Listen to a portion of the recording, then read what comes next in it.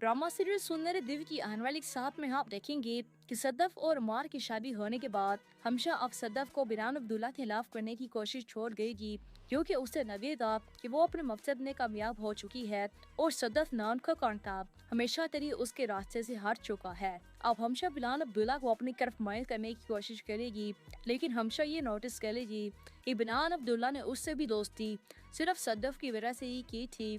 अब जब सदफ की शादी हो चुकी है तो बिलाल अब्दुल्ला दोबारा पहले जैसा हो गया है, जो सिर्फ अपने काम से काम रखता है और ऑफिस में काम के अलावा कोई इजाफी बात नहीं करता।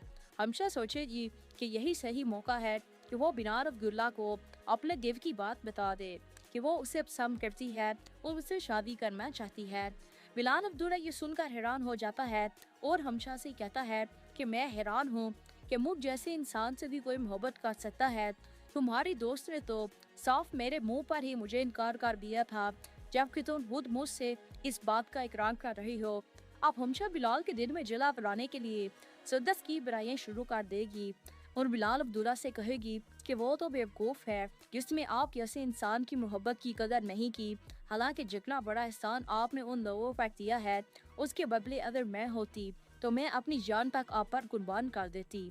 हमशा अपनी तरफ से तो पूरी कोशिश करेगी कि बिलाल अब्दुल्ला को अपनी तरफ माइल कर सके, लेकिन बिलाल अब्दुल्ला पर हमशा की किसी बात का असर नहीं होगा।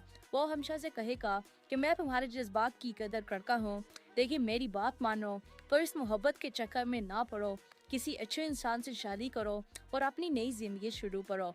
हमशा अपनी तरफ से पूरी कोशिश करेगी कि बिलाल अब्दुल्ला को अपनी तरफ माइल कर सके, लेकिन बिलाल अब्दुल्ला पर हमशा की किसी बात का असर नहीं होगा। वो हमशा से कहेगा कि मैं तुम्हारे जज्बात की कदर करता हूँ, लेकिन मेरी बात मानो तो इस मोहब्बत के चक्कर में ना पड़ो, किसी अच्छे इंसान से शादी करो और अपनी नई जिंदगी शुरू करो, क्योंकि मैं नहीं चाहता कि तुम भी मेरी तरह उस दर्द से गुजरो जिससे मैं गुजर रहा हूँ। ये कहकर बिलाल अब्दुल्ला बात खत्म कर देगा। ये बात किसी तरह बाहर निकल जाती है और माँ को पता चल जाता है। जब वो माँ इस बारे में हमशा से पूछता है तो हमशा साफ इनकार कर देती है। अब वो माँ ये बात सदफ को बताता है, जिससे सदफ के सामने सब कुछ वाज़ह हो जाता है। सदफ को हमशा पर शक हो जाता है कि शायद हमशा मुझे हर वक्त बिलाल अब्दुल्ला के खिलाफ करने की कोशिश इसलिए करती थी ताकि मैं बिलाल अब्दुल्ला की जिंदगी से निकल जाऊं, कहा कि वो खुद बिलाल अब्दुल्ला से शादी कर सके। यही वजह है कि मेरी माँ से शादी के बाद उसने बिलाल अब्दुल्ला के बारे में बात करना पर छोड़ दी है।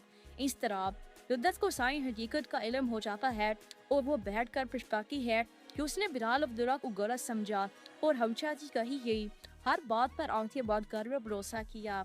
अब जल्द ही सदफ पर यह पछतावा अमार को भी नजर आने लगेगा और इन दोनों के दरमियान झगड़े शुरू हो जाएंगे और आखिरकार इन दोनों की तलाक हो जाएगी।